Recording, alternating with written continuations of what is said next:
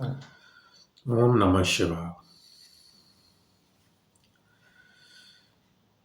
मैं ज्योतिषाचार्य और लेखक प्रोफेसर रुद्र प्रसन्न महापात्र भुवनेश्वर उड़ीसा से बोल रहा हूँ।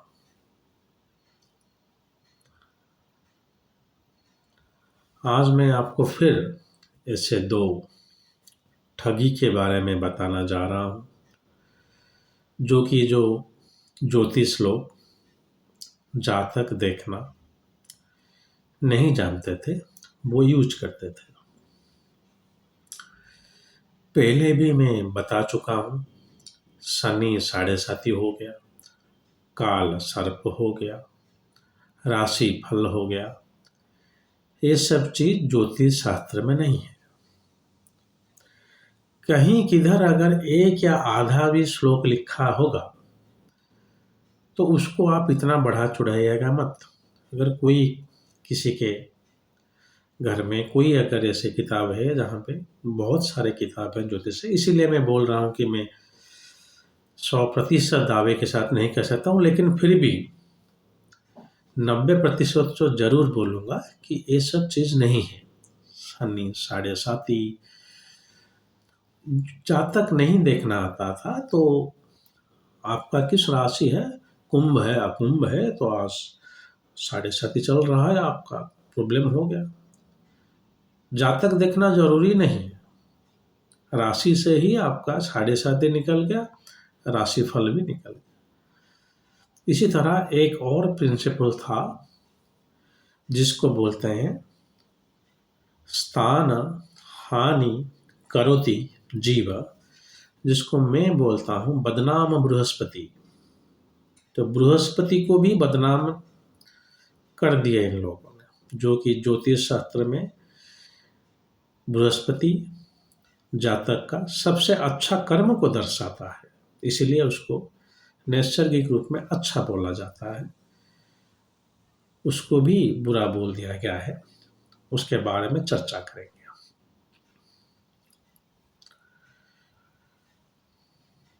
कुछ पोंगा पंडित ने ये अनुभव किए कि बृहस्पति एक राशि में एक साल रहता है, शनि के तरह ये भी मंद है।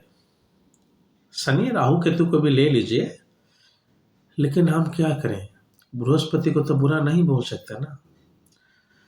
राहु आ गया, केतु आ गया, शनि आ गया, बुरा बोल सकते हैं, लेकिन बृहस्पति को नहीं बोल सकते, क्योंकि हम ही लोगों ने बृहस्पति को अच्छा बनाया है, हम कैसे बोलते। तो इसलिए वो एक प्रिंसिपल निकाले, स्थान हानि करोति जीव, जिसका मतलब ये हो गया कि अगर बृहस्पति किसी भाव में बैठ गया तो उस भाव का हानि कर देगा। पहले इसको गोचर में देखते थे। आपको पता है अभी बृहस्पति आपके पंचम भाव में बैठा है, कहाँ से, राशि से। एक तो गलत, उसके ऊपर जरासर गलत। एक तो लगन से नहीं देख रहे, राशि से पंचम में बैठा, इसीलिए आपका बच्चे में अगर प्रॉब्लम हो रहा। पता है क्यों? बृहस्पति जहां पर बैठा वहां का हानि कर देगा। फिर जातक के ऊपर आए, और ऐसे कुछ योग भी उनको मिल गया। बृहस्पति पंचम में बैठा हुआ है लेकिन बच्चा नहीं हो रहा है, उसका कारण दो हो सकता है। वही बृहस्पति पंचम में बैठा हुआ है, छोड़ दीजिए, पंचम भाव का स्वामी होकर भी पंचम में बैठा हुआ है, जो कि सिंह लग्न में हो सकता है। वही बृहस्पति नवांश में व्यायांश में गया होगा,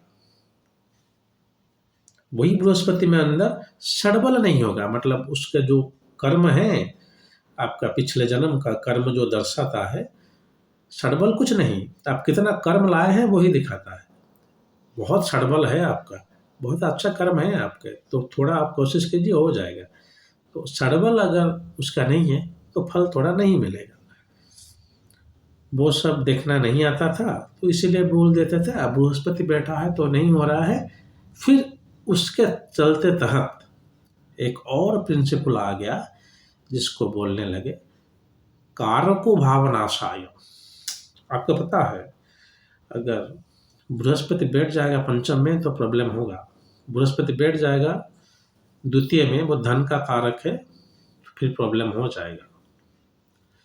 क्योंकि कारों को भाव बनासाय, जो कारक है अगर वो वही भाव में बैठ गया तो आपका फल नहीं मिलेगा। जैसे बोला जाता है कि सूर्य लगन का कारक है, तो लगन में सूर्य बैठ गया तो आपका शरीर सुस्त नहीं रहेगा। वाह वाह वाह, इस पंडित लोगों को मैं मतलब चरण स्पर्श करना चाहता हूँ, बिल्कुल चरण स्पर्श। इसी लोग जैसे पुंगा पंडित के बावजूद चलते हुए आज ही ज्योतिष शास्त्र बदनाम हुआ है। धन्यवाद है महादेव की जो मुझे चुने हैं कि मैं जो इसका बदनामी है ज्योतिष शास्त्र के ऊपर उसको हटाऊं। थोड़ा बहुत जितना मेरा सामर्थ्य है, जैसे गिलहरी राम सेतु में रेत दे रहा था उस तरह।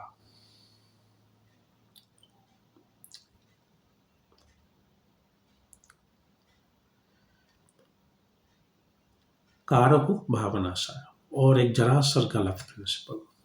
जातक देखना नहीं आता है, वो ग्रह नवांश में कहा है, षडबल में क्या है उसका, इस भाव का अष्टक वर्ग में क्या स्कोर आता है।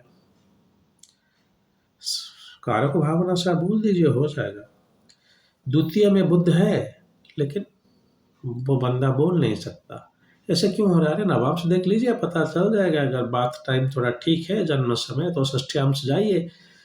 वर्ग कुंडली है जो आपको अच्छे तरह से बता देंगे आपका क्या कर्म है, जो कि ग्रह दर्शाते हैं। ग्रहों को आप बदनाम मत कीजिएगा, ग्रह जो है वो कर्मों को ही दर्शाते हैं। लेकिन ये दो निर्णय जो है, एक है बृहस्पति अगर बैठ गया तो आपका उस भाव का हानि कर देगा और कारक भावना सा। अब आता है ज्योतिष के प्रिंसिपल या निर्णय के ऊपर। पहला प्रिंसिपल यह बोलता है कि अगर अच्छा ग्रह वो नैसर्गिक रूप में हो या तत्कालिक रूप में, जहाँ पे नैसर्गिक हो गया तो और अच्छा हो गया, अगर किस भाव में जाता है तो उस भाव का कारक का वर्धन होता है। बृहस्पति नैसर्गिक रूप में अच्छा है, जहां पर भी बैठेगा उस भाव का वर्धन हो जाएगा। आपका सप्तम में बृहस्पति बैठा है मतलब बिजनेस के लिए अच्छा है, मैरिज के लिए अच्छा है। लगन में बैठा है तो आपका शरीर के लिए अच्छा है। पंचम में बैठा है तो पढ़ाई के लिए अच्छा है, संतान के लिए अच्छा है। जहां पे सौम्य ग्रह या नैसर्गिक शुभ ग्रह या तत्कालिक शुभ ग्रह भी बैठेंगे, उस भाव का वो आड़ कर देंगे, उसको बढ़ावा दे देंगे, ना कि उसका घटा देंगे। सिर्फ उसका गलत आता है कि अगर नैसर्गिक क्रूर ग्रह किस भाव में बैठे हुए हैं तो उस भाव का हानि होता है। अगर शनि तत्काल के रूप में अगर अच्छा नहीं होगा, जिस जातक में अगर धर्म त्रिकोण और केंद्र का स्वामी होगा, तब जाकर कोई ग्रह तत्कालिक रूप से अच्छा होता है। अगर चलिए सिर्फ केंद्र का ही स्वामी है, जैसे बुध के लगन है ले लीजिए या बृहस्पति का लगन ले लीजिए, वो भी तत्कालिक रूप से अच्छा ही माना जाएगा। लेकिन नैसर्गिक रूप में क्रूर होने के कारण अगर शनि या मंगल किसी भाव में बैठते हैं तो उस भाव का हानि हो जाएगा। लेकिन यहाँ पे बृहस्पति को बदनाम किया जा रहा है, मंगल या शनि को नहीं। स्थान हानि करोति योग, जीव जहाँ पे बैठेगा वो स्थान हानि कर देगा। ये गलत प्रिंसिपल है। ज्योतिष में कहाँ लिखा हुआ है मुझे पता नहीं, बिल्कुल काल सर्प जैसा ही प्रिंसिपल है ये, ठगने के लिए। लेकिन ये इतना ये ज्योतिष का जो ज्योतिष ज्ञान जिनको नहीं पता है, जातक नहीं देख पा रहे हैं, वो ऐसे देख लेंगे पता है क्यों नहीं हो रहा। ये बृहस्पति जो है वो बैठेगा जहाँ पे उस भाव का हानि कर देगा। देखिए ज्योतिष का प्रिंसिपल क्या बोल रहा है और ये प्रिंसिपल कहाँ से आ गया, ज़्यादातर लोगों को नहीं सुना है, इसलिए मैं बोल दे रहा हूँ कि ऐसे स्थान हानि करोति जीवो करके एक प्रिंसिपल है, जहाँ पे पुंगा पंडित ने इसका उद्भावन किया था अपना अज्ञान को छुपाने के लिए। फिर आते हैं कारक भावनाशय के ऊपर। कारक अगर भाव में बैठ जाता है वो उसका नाश नहीं करेगा, वो उसको बढ़ावा दे देगा। सूर्य लग्न में है तो आपके लिए अच्छा रहेगा शरीर। छठवा में मंगल है तो अच्छा रहेगा आपका पराक्रम। अष्टम में शनि है तो आपका आयु अच्छा रहेगा। द्वादश में केतु है तो आप स्पिरिचुअलिटी के ऊपर जाएंगे, अध्यात्म के ऊपर। ये हानि नहीं है, ये बढ़ावा है। देख लीजिए जो उनका वाणी में जो जिनका अच्छा होगा उनका बुद्ध दूसरे भाव में बैठा होगा। जो पराक्रमी होंगे उनका मंगल छठवां में बैठा होगा। अच्छा खेल कूद में होंगे वो उनका मंगल होगा छठवां में। शुक्र अगर सप्तम में है तो विवाह के लिए अच्छा है, ना कि आपका विवाह टूट जाएगा। चंद्रमा अगर सप्तम में है तो विवाह के लिए अच्छा ही है, चंद्रमा जो विवाह का कारक है। बुध अगर सप्तम में है तो आपका व्यापार के लिए अच्छा है।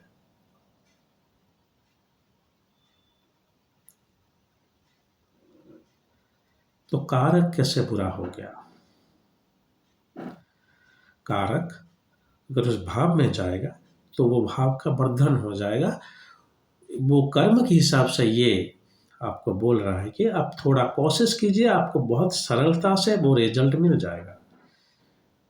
जैसे चंद्रमा या शुक्र सप्तम में बैठे हुए हैं, चाहे जो भी अड़चन आए जिंदगी में, वैवाहिक जीवन अच्छा रहेगा।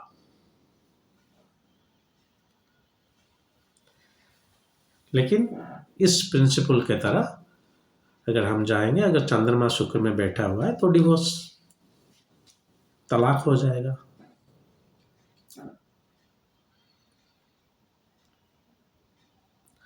ये भी एक निर्णय था जिसके बावजूद कुछ पोंगा पंडित जिनको जातक नहीं देखना आता था, वो ग्रह बैठा हुआ है लेकिन काम नहीं दे रहा है, अरे उसका षडबल देखो, उसका भाव का बल देखो, उसका नवांश देखो, उसको छुपाने के लिए ये प्रिंसिपल का पैदा किया गया था। स्वस्थान हानि करोति जीवो कारको भावनाशय। दो प्रिंसिपल थे जो ज्योतिष में आज के दौर में चलिए वो नहीं चलता है, लेकिन कुछ पोंगा पंडित ऐसे कर रहे थे। तो ज्योतिष 2001 के बाद में यूजीसी में अप्रूव हो चुका है।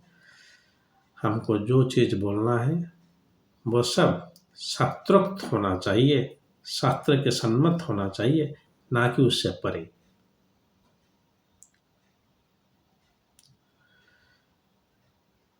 तो आशा करता हूँ आपको जो ज्योतिष में थोड़ा गड़बड़ था, अभी नहीं हो रहा है, लेकिन आपका ज्ञान के लिए बता दिया।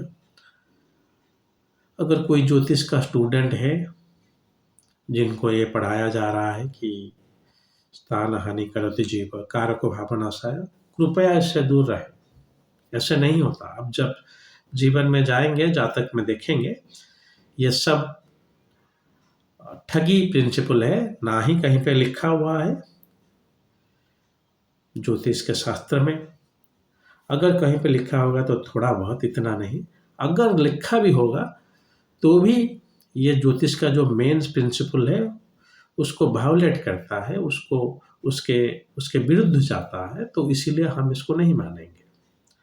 अच्छा ग्रह जैसे बृहस्पति या शुक्र जहाँ पे बैठेंगे उस भाव को बढ़ा देंगे, और कारक अगर भाव में जाएगा तो उस भाव का वर्धन कर देगा। ये तो बहुत ही एक जैसे थंब रूल है ज्योतिष का, तो इसमें क्या ही संचय।